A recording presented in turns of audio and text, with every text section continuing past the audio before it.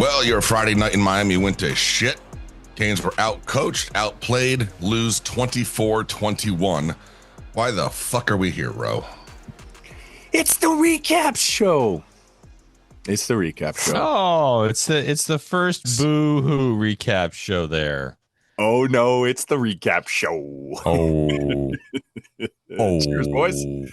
Top of the morning to you. Top of the morning to you. Yeah. Here we are again. I'm 6 for 6, by the way. Yeah. I picked this loss at the beginning of the year. I think Rose 6 for 6 too. Yep. I picked this loss at the beginning of the year. Now, I picked them to win on the recap show or on the weekly show. On the weekly show, we did. But at the beginning of the year when I looked at it, because I thought this was the version of, and again, I lost sight of the fact that Braun was coming off a bye week, and the guy is damn good, man. He's won more ACC games. He's won more ACC games than anybody. In the last how many years? How many years is that? Yeah. It's like 2, 3, 4 years, something like that. More ACC games than any. Yeah. I have completely disassociated myself from wins and losses and how my life exists with this football team. It happened many years ago. Would I have liked them to win last night? Sure. Am I upset about it? No, I really don't give a shit. But I'm happy to talk about it. It's one of those things. I do find the immediate back and forth banter on who's to blame. Is it coaching or is it execution? Is it execution or is it coach? And a couple of opinions on that. I do. I've got a couple of opinions. So I'm happy to get into them now, or we can talk later. What else do you guys have to say? I love Darth Toast. Yeah, Darth Toast is back. Listen, man, as you would expect. What I would say, Scoop, to your response to what you just said, I would say play the Dillingham audio because we were outcoached. Everything on that field is Mario. The quarterback now has 11 touchdowns and 7 interceptions on the season, so that's just shit. 4 interceptions last night. Bad interceptions, bro. Underthrown balls, just bad interceptions last night. The offensive coordinator, who we were raving about, couldn't call plays and get himself out of a paper bag last night. Like, why the insistence on over and over again when you're not able to run the ball, throwing the ball to the flat on 3rd and fucking 12? What are you doing? I mean, it was just, bro, the fact that we played that badly and lost by 3. I mean, you came out of the gate ass. Team was not ready, down 14-0. Just like that, 8 minutes in, it's 14-0. Defense just getting shredded. The entire team was not ready. You want to say it's the Friday night thing, whatever it is. But that place was hopping last night, about 85 to 90% full. I know it was technically a full out. Not everybody showed up. But that was just disappointing, man. I thought we were past that. And the quarterback play, bro, I don't know where we go for the rest of this. Like, I don't know what we can even count on. It's just going to be either he's great or he's awful. And I'll be honest with you, I'm guessing this is going to be good for at least 2 more losses the rest of the way. Oh, yeah, exactly. I think getting pretty close to where I thought it would be. I right now, I question whether or not this team even makes the ACC title game. Oh, they don't control their own destiny. I know they don't. I know they don't. So they're not going to. They can win out. I'm terrified now of the SMU game. Terrified of the SMU game and not get to Charlotte. Yeah. Yes, you could. Which might benefit Wouldn't that them. be something? Which might benefit them because at 11-1, they go 11-1, not get to Charlotte. Mm-hmm. I mean, they got to give them an at-large bid. No, you don't.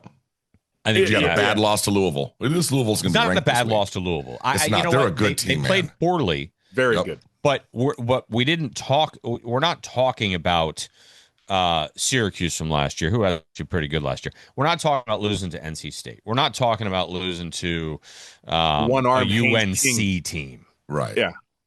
That loss team to team. Louisville's a damn good team. Louisville's 5-1. They lost in overtime to UVA, who's only got 1 loss. And they gave up 2 offensive touchdowns. I mean, they gave up 2 defensive touchdowns in that. They're in literally that game, exactly. A pick six and a fumble Louisville's return for a really, really good. Now, at the top of Louisville, you've got your Kenny Dillingham accountability. You've got Jeff Brom, who's really, really good. He's a damn good coach. He will out scheme your ass from here to High Sunday. It's impressive. Now I want to Scoop, talk you about called this. it, bro. You called it in the pregame show. Linebackers in coverage. They got destroyed. It ate them up. Destroyed. It's one of these things where one of the sentences that Jacoby Thomas, they ran some stuff early on, obviously, because that's how it was schemed up. That we had never seen film, and it caught us off guard. Okay. That, boys and girls, is called preparation. That's called coaching. That's called, they have a tendency to do this defensively. Let's see if we can catch them off guard early, quick. Let's see what we can do to make this a little bit more of an evenly balanced game. Because athletically, aside from Bell, who is going to be an all-pro probably, aside from him, I think we had superior. I do. Right. So the ability for them to level it out is scheming, it's coaching. Right. So that's part of is it coaches versus execution of the players. There's a lot more to it than that, but I don't know. That's how it got ugly early. I feel we have a ball and we're going to untangle it all piece by piece because that's what that loss did to us. It put like a jumbled mess in our souls, right? So we've talked about out coach and scheming and quarterback. So I'm just going to try to pull on strands until we kind of come to a consensus. First things first, you mentioned a Scoop. Let's talk about the scheme. I felt there was like this like apex parallel like predators facing off against each other. One wins on culture. Miami tries to win on culture. They do it with physicality in the trenches. They do it trying to run it. They try to be physical. Mario Cristobal, when you close your eyes and you picture him, he's pounding his head. Oh, we got to bring it to him, brother. We got to bring it to him. And then you have Brom. He is like the apex predator of schematics. He's going to show you things he hasn't looked before. And I'm like, listen, if you know what that guy's capable of, you shouldn't be surprised that you're not surprised. Set the failure floor early. Like, he's going to show us things we've never seen before. If we do, we'll have at least a little bit of a loose plan for it because that's his MO. And what happened is when you can out schematic them and beat them to the punch and put them 14, you took a lot of the physicality out of them too with your scheme on defense. So next thing you know, you got out coached. You did. It's clear as day. The film, we're halfway through on Student of the Game. It's very clear. But I found it interesting because we said it enough. Like, hey, yes, Miami, you're physical. Yes, this is how you're going to have to win in late months. Yes, you need a defense and a running game that travels. But when you can't win on culture ball, when that 17th inside run doesn't work or the extension off the RPO game or they're starting to kind of pin their ears and put you back, then you expose yourself. And the thing is, when the culture disappears from the University of Miami, the schematics remain. And that's when Brom took your lunch because he won once he was able to negate your physicality. And that it's hard to do because it's not like everybody has the offensive chops and the defensive chops that Louisville brought to the table. Very well coached staff. I've always liked them, right? And we're in dogfights the last 3 years. He's won more games than anybody in the ACC. Doesn't get the credit that he deserves. But boys, when it came to that strand and me untangling it, I'm just telling you right now, Miami couldn't out-physical Louisville. And when they couldn't, they got exposed. They looked pedestrian big time. That was my exact, when I wanted to talk about it earlier, if you want to talk about execution or you want to talk about coaching, if you have potentially have superior talent to where you can out-muscle them and you can beat them man on man, but you're getting beat per se because of schematics, what is that? Coaching. Execution. That's getting out coached. That was the exact thing I was going to talk about. We have the same brain. Well done. So you can't, I know there's a lot of people saying, well, it's execution. It's false starts. Yeah, it is. What happened when last year for most of the year and for the first few games this offensive and the formations look like an Alabama team from Saban from 7 years ago, where they never moved. It was as professional as you can get. It was business. Now they cannot get out of their own way. they've got more penalties kicking them right in the than you would even think they could have, right? It's just a constant barrage of stepping on your own crank. It seems very back to where it was however many years ago after being what we thought was business for a while. For me, if the famous OBB smoke detector was sounding and beeping in the background, we talked about the penalties. I did have a little sounding. I did that a couple weeks ago. Kind of there.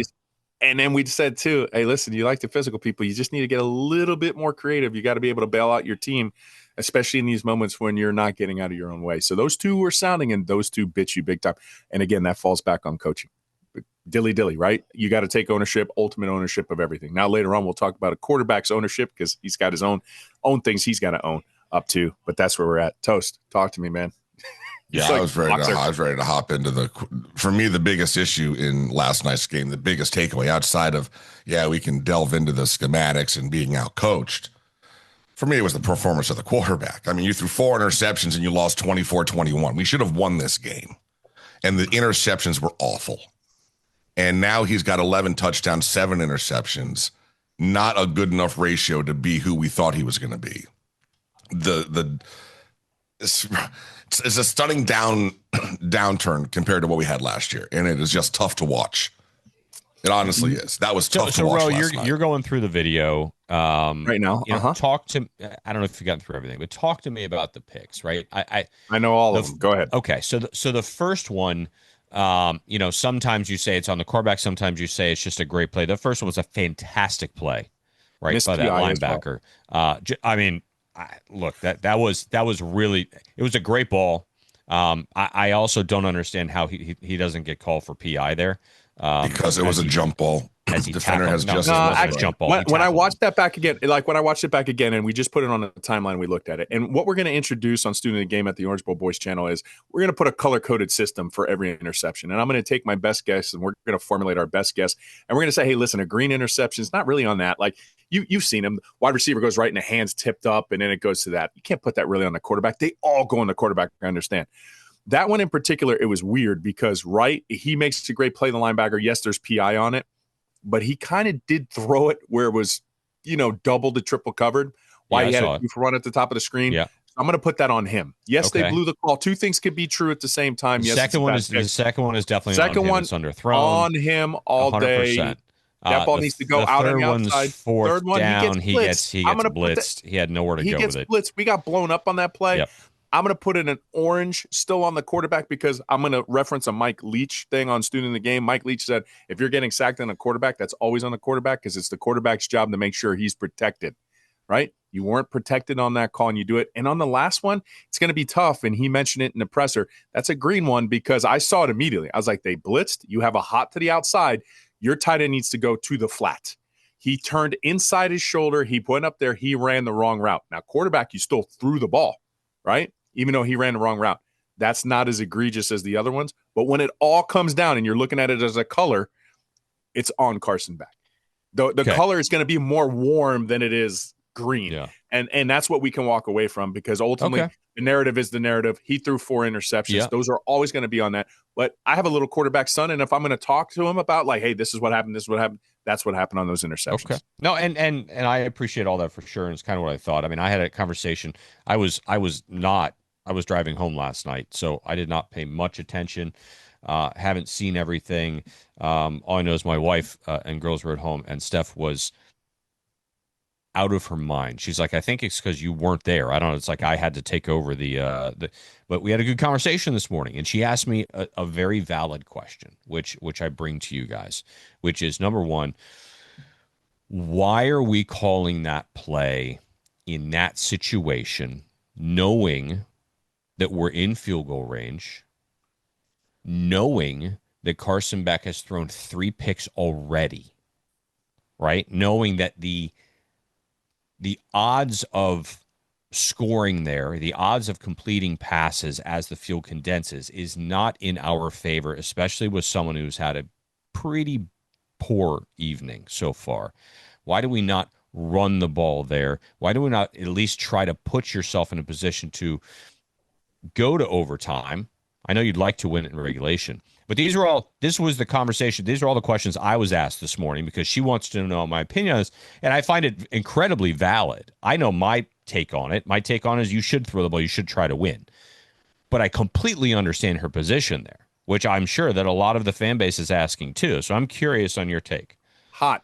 So on that last play, and I saw it immediately off the rip. Yeah, it was hot. No, he turned to the inside, which I But no. What I'm saying is that's not the play. So the play is something that superseded it. When Louisville decided to blitz, they tried to know thy nightmare. And that is, if they blitz, we have an answer for it. And that is, get Elijah Lofton out into a flat. It's a safe, successful play, and get into the flat. The problem is he didn't get into the flat. He let it upfield. That led to the pick. That's on you, young man. But that's what I'm saying. We have a plan in case we have a nightmare. So I don't think that was the original play. I do not. It was when we say hot, it's like, okay, look, we're coming out ace gun, all verticals. All four guys are running verticals. However, if they zero blitz or if they one blitz or something like that, we're going to hit hot. We're going to go ahead and get the running back into the flat. That's what that was. That wasn't the play. But Carson Beck did the right thing, okay? But he did the wrong thing at the same time. And again, credit Louisville there because when it mattered, they brought pressure. And they pressured a guy who threw 3 interceptions. It was a perfectly timed blitz. And it caught the University of Miami doing something stupid. And that's what led to the ballgame. Period. So, man, the last 4 games, including South Florida, he's got 7 touchdowns and 7 interceptions. It's just not good enough, man. It's just not good enough. That's not going to get you where you need to go. Not what we thought we were getting. All the big game Carson stuff. That was a huge game last night. And it just wasn't good, bro. I'm trying to I don't want to destroy the kid, but when you're making millions of dollars, you're going to get freaking crap when you perform like that. You just are. And he deserves it. So this was the analogy that came to my head last night, right before I closed my eyes and I hit the pillow. I'm like, that was a game. And again, I think things are changing for me because now I have a little son that's playing this position, right? And I try to take it from like, hey, just advice. But I would say, hey, if this is my son, I'm like, look, as a man, right? When you show emotions, especially online, it's like putting blood in the water. If you say something emotionally online, what are other men naturally going to do?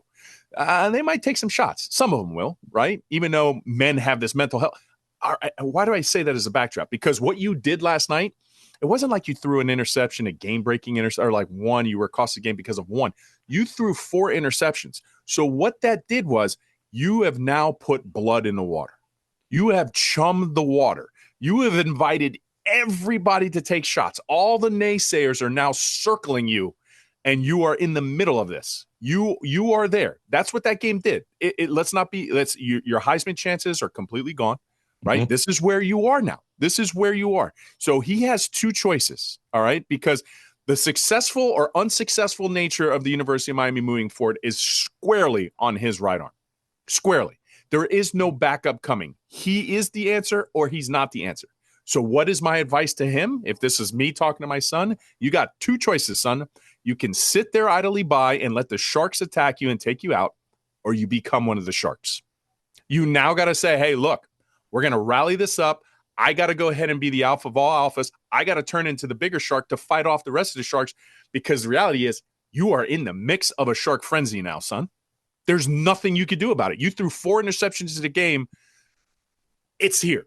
There's nothing you can do. You can't run from it. You can't. It's on you. It's the stench. It's attracted from miles around, surrounded by sharks.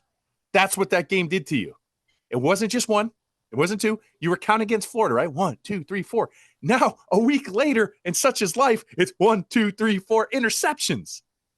It's and it's tough because you can lose a locker room really quick as a quarterback off the nights of something like that. So the first thing he's got to do, in my advice, better lock in. And that's what the advice I said. You better study film a little bit more. You better stay after practice a little bit more. You better have the best week of practice. You need to bust your ass. Because if you think after 4 interceptions, you're going to do the exact same thing you did the week before, put in the exact same amount of work, you have to work quadruply hard to win the respect of your team.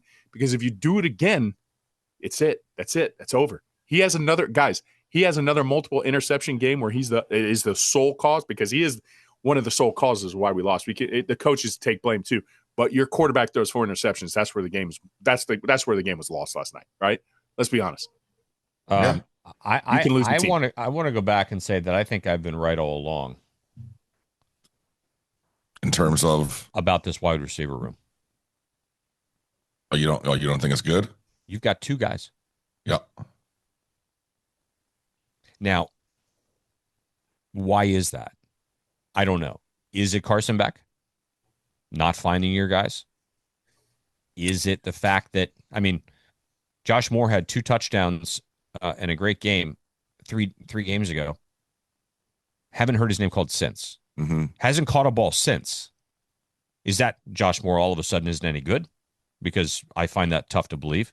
You've got JoJo Trader, who Shannon Dawson says had a fantastic week. Can't wait for him to top it off on Sunday, Saturday, Friday, whatever fuck day it was.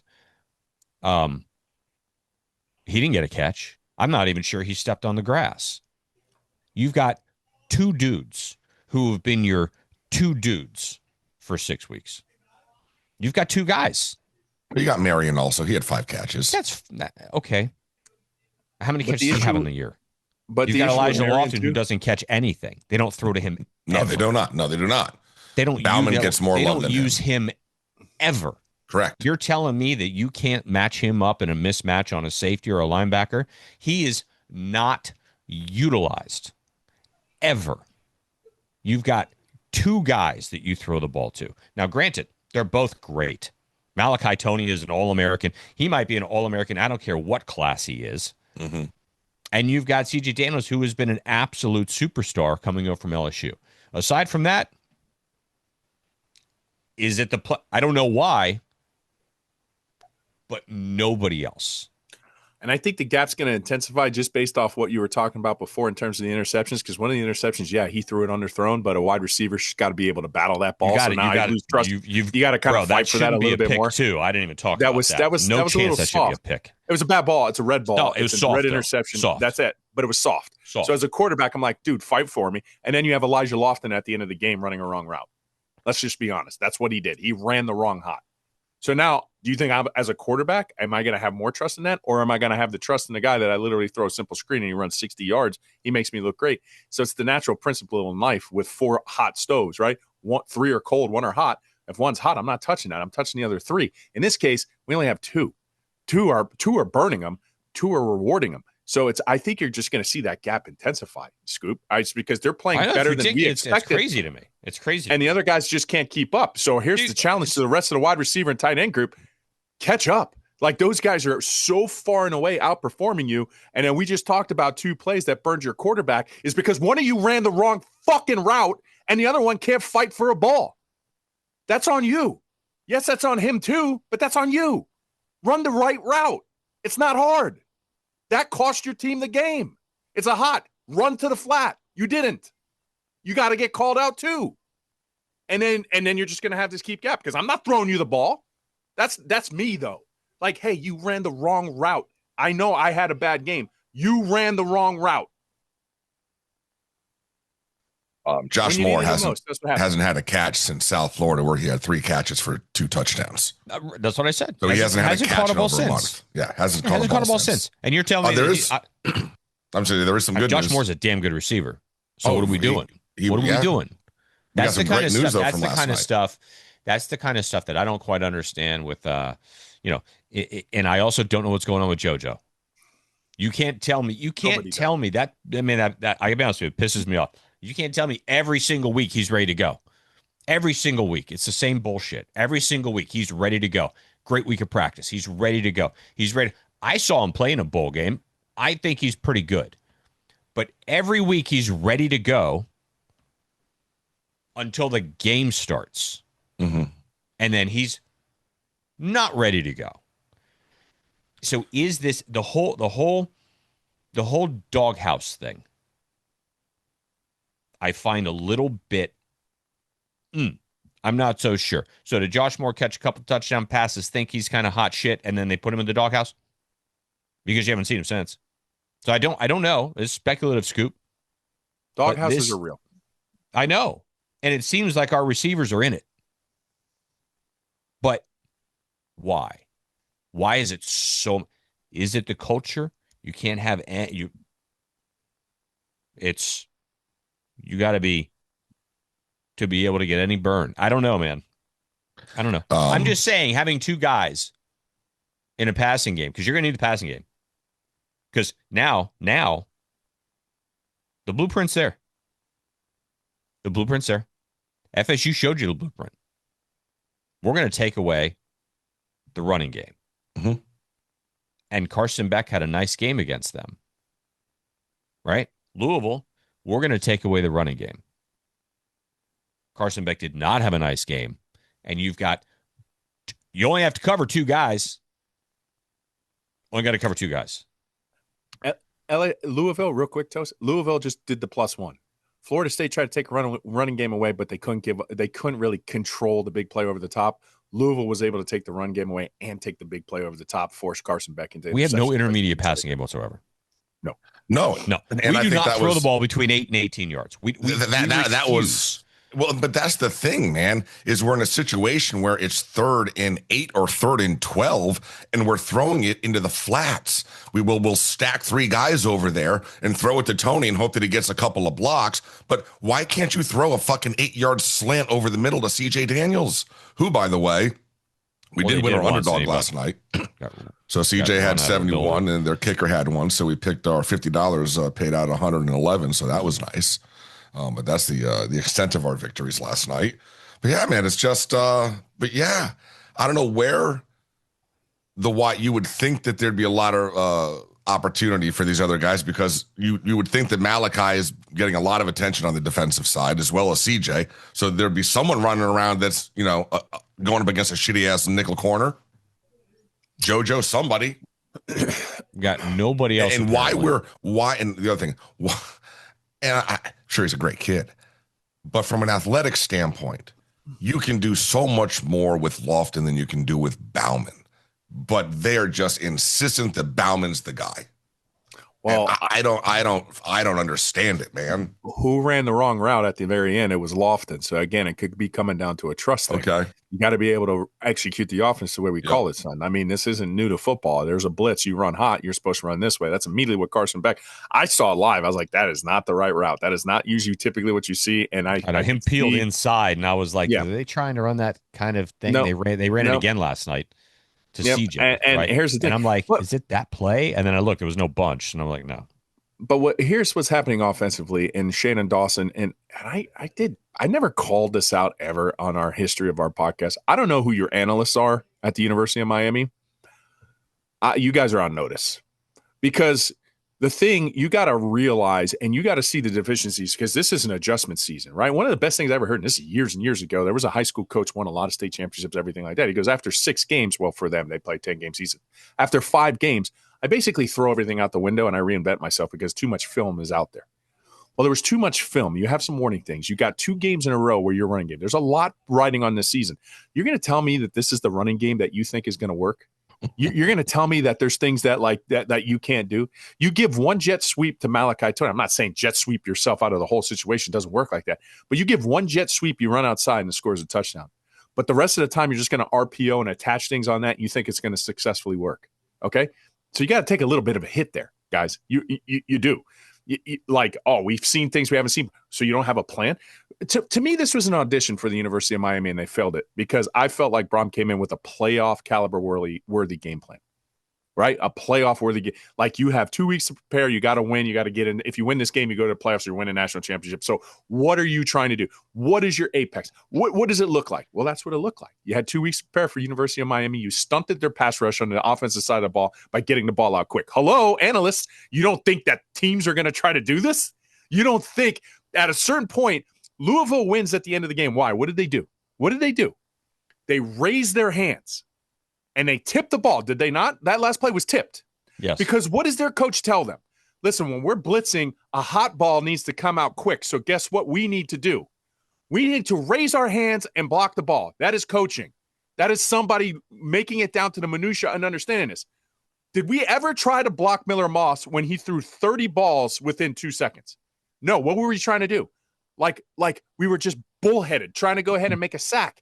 At a certain point, they're not letting you do it. Lift your hands.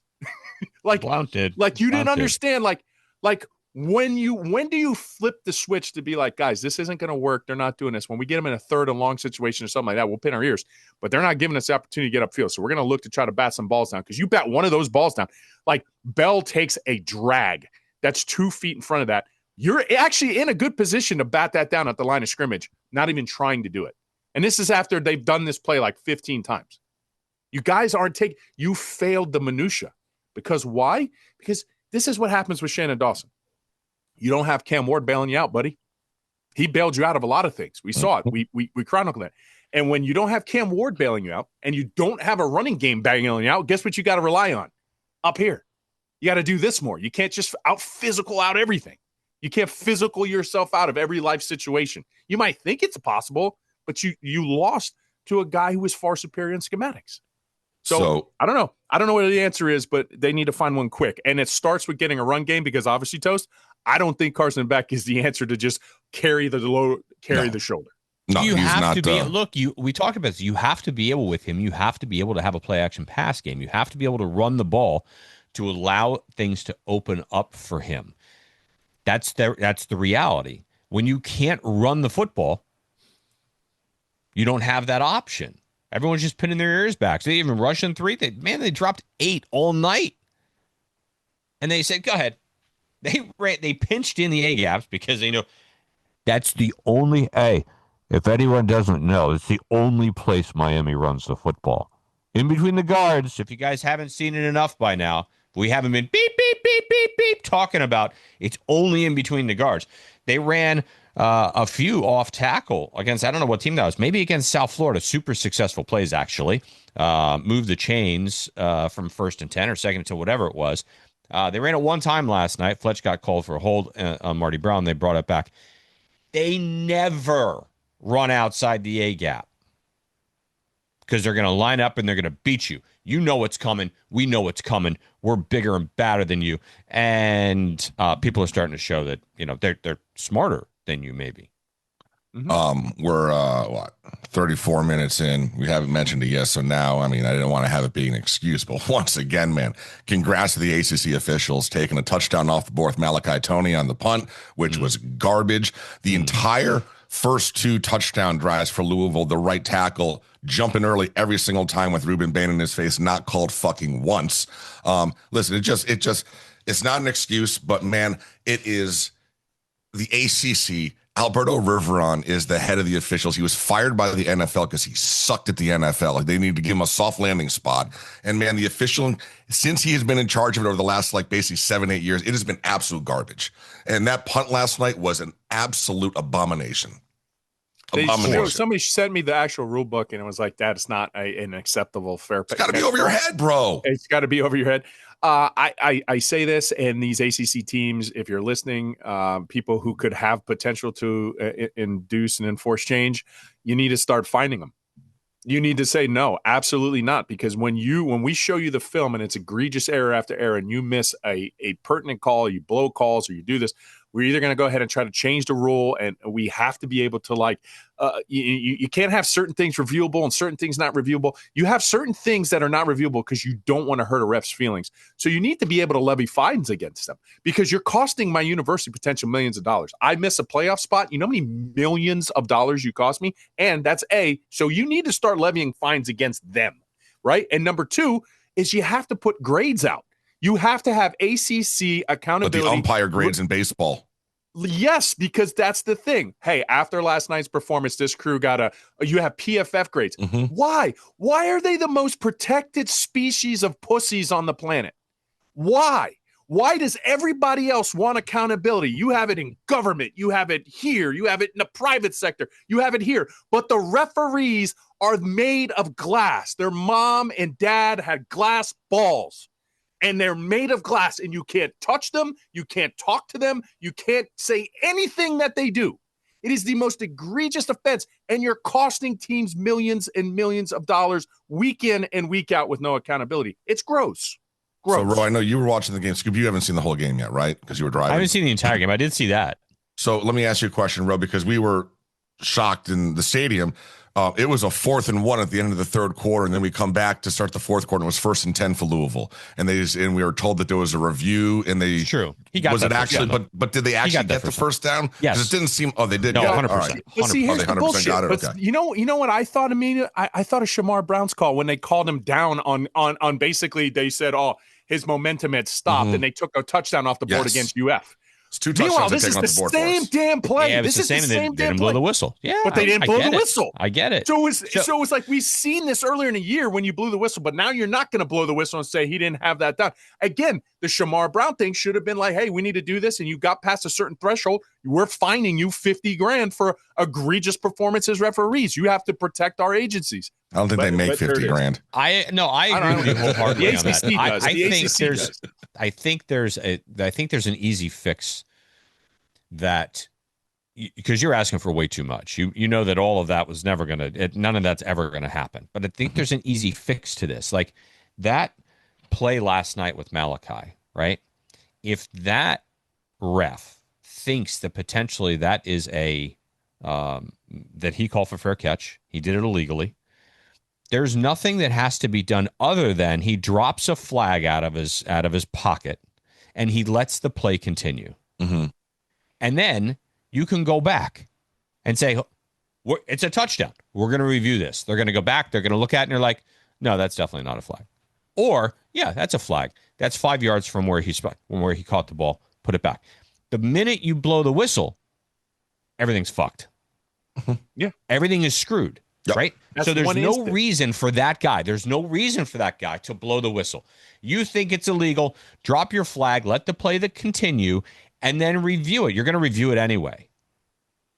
That's an easy fix for that. That's the type of stuff that drives me nuts because the play never should have been called dead. And then you can review it because it's not called dead. I agree. Well, momentum calls them with that. You got to let them go to a public. If you're not blowing a whistle, there's no player safety issue.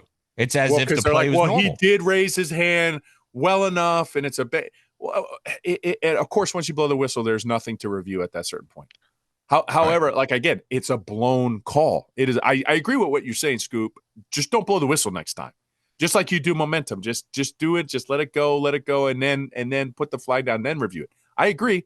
That's steadfast. But the fact of the matter remains, they blew the call, and they blow calls week after week. Yeah, I agree. I just popped out a little stat here. This is a mess. So Louisville had 367 yards on offense. 249 of them, Isaac Brown and Chris Bell. Those two guys, the entire game, it was those two guys just destroying us. 3 keys to the game. Don't let them ring their bell. Don't let Isaac Brown get outside. And don't let them become Randy Moss and Miller Moss equivalent. You knew who their best guys were. And in situations, you got to account for their best guys. And the Miami Hurricanes did it. Again, out-schemed, out-coached, Brom getting his playmakers the ball, and that's it. I mean, you lost. I mean, all the way around. You want to talk about coaching real quick, or not coaching or execution? Ruben Bain, 1 solo tackle. Mm-hmm. You think Ruben Bain all of a sudden sucks? You think Ruben Bain didn't show up last night? You think Ruben Bain is too slow to play Louisville? No. They schemed against his ass is what they did. They schemed to allow Ruben Bain not to beat you or not to be involved at all. You know what that's called? You know what it's called? Coaching. That's called coaching. That's correct. You know what I laugh?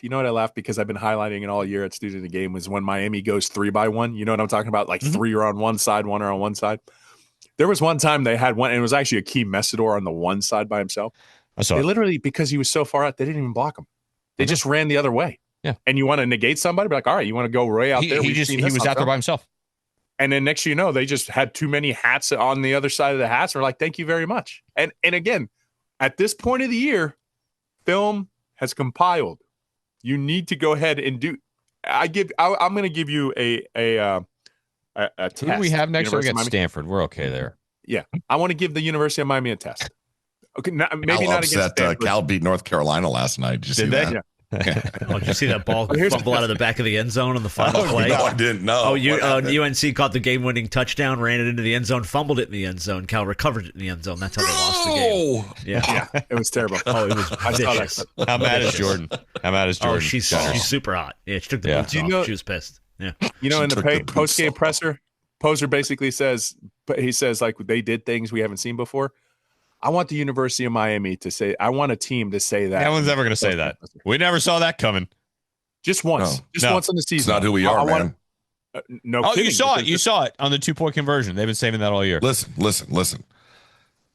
We're going to learn. I mean, and Scoop made a point. I mean, we got Stanford at home on Saturday night. We should be able to get through that one. Goddamn, I hope. But bro, this game in a couple of weeks in Dallas. This is going to be Stanford and then in Dallas. This is going to be right? the game where it's in SMU. This is going to be the game where this coaching staff has to show what they got. That's going to be the coaching staff game. You win in the next 2 games, you're 7-1. I'm going to be 8 for 8. Yeah, I'm going to be 8 for 8. There's the margin of error is now after raised. Dallas. Watch. You need to win. I still personally think if you go 11-1, I know. The Beck memes are out of control. The Beck memes are They're all here. They're here. That's what happens when you throw 4 interceptions. You chum the water. We talked about that. But I think at 11-1, you're not keeping Miami out of the playoffs. Even if they don't play for the ACC championship game, I still think they have enough body to work in the beginning of the season. No, bro, we're going to drop down to what, like 12, 13. Oh, FPI, sure. We're going FPI back. will be in the 20s. Dame. FPI will be in the 20s. And if you go ahead and win the rest of the thing, college football's helter-skelter. If you're at 12 or 13, there's 12 teams that get in the playoffs. Now, I'm not saying you're going to get that first-round bye, but I'm saying you could probably still get in the playoffs and not win the ACC championship game and not even play for it. It's kind of dumb. Yeah. If you have to win out. But you have to win out. Oh, you have to win out. That's what I said. Yeah. No 2-loss ACC team is getting into anything. No. You have to win out now. You are. Now let's only way a 2-loss ACC team gets in is if they win the conference. There was somebody who had a lot to say about people who picked us to go 8-4 this year, and you guys. I don't think this part is debatable. I don't think this part's debatable. Okay, this is not. This is not a sentimental win. This is not sentimental BS. If you're going to lose, though, right? If you're going to have your 1 loss, you want to lose earlier, and you want to lose this way now, and not like you did last year. And to a good team. Sure, absolutely. Like Louisville's not going to be a bad loss. No, and it was early enough that there's so much more body of work that this could be in the past. Look, it's it is one of the hardest things. Think about this. One of the hardest things to do on this earth nowadays in this landscape of college football is to win every game. Let's be honest. It's relatively impossible with how good all of these teams are and the parity out there. And the ACC is it's all the same. ACC, Big 12, it's all the same. They eat each other up, right? I mean, they're their own worst enemy when it comes to that stuff. So it's bound to happen. You're bound to lose a game. The odds are not in your favor of not losing a game. Not even close. So we'll see how this goes, because you could certainly lose a few more. If you went 11-2 and lost the ACC championship, like you get in and then you lost, so you get that you lose. You might not get into the playoffs, but if you're 11-1 and don't play, that's right, and you win, you're probably getting into the playoffs. Yes. If you're gonna lose now. But we've seen this episode before. And you talked about rat poison, Mario Cristobal. You took 2 jugs, and you were like, you just ingested all the rat poison in the you just ingested it all. You said stay away from it, but then you turned around with a game plan that you were like, hey, we're just going to go ahead and you drank your own Kool-Aid, right? You thought you were just going to out-bully them and just take the W at home because we're more physical, brother. And yeah. Listen, work. Louisville still has Clemson on the schedule at home. They still have to go to SMU, and they or still also have to take on Kentucky as well. So they still got some games left on their schedule. Yeah, it's ACC carnage, right? What does Rose say? It's the cannibalism within the conference. Like, but we could win out and not get in, which is wild to me. If you have a different patch on your thing, you're not even worrying about this. If you have a different, like, what the hell? Let's talk about this. I don't want to talk about Vanderbilt's now special. I don't want to talk about it. They've no. Miss, come on. You can have 3 losses in the SEC, the Big Ten. You're getting at, right? And that's why. And I don't know what's the. Is it? Here's a quick question. is it easier to just stay where you are and maybe try to lose 1 game to 2 games at the max, or do you go to a different conference where you have the luxury to maybe lose 1 more? I don't know. I don't know what the answer. I don't know what the easier road to victory is going to be, because literally they're both hard, right? You got to lose less games in the ACC or Big 12. You can lose more games in the SEC, but apparently the competition's better. So I don't know. Is it apples to apples? I don't know. Who knows? I don't know. We got Stanford coming up Saturday at home, 7:00 start time. Let's see how well they handle FSU today. Let's see. What FSU is that's a 10:30 game tonight, so you're able to watch that one going into 1 o'clock. What we got in our hands for next week? Yeah. I want to send major thanks and love out to one of our favorite listeners, Joe, who was nice enough to invite us to that game last night. So that's why I was over there. Great dude. Drives to the games from Mississippi, bro. What? It's amazing. He lives in Mississippi. Comes down to the games. What? Yeah. Oh, we love you, Joe. Yeah, Joe. love Joe. Yeah, Joe. Great dude. Why? Great dude. So that was a good time. Huh? Why? Because he loves the Canes, and why does he do that to himself? Yeah, I know. He comes down here, gets like a condo, stays for a couple of weeks, That's incredible. watches a couple games. Yeah, Good for I you. feel bad for. I feel bad for him.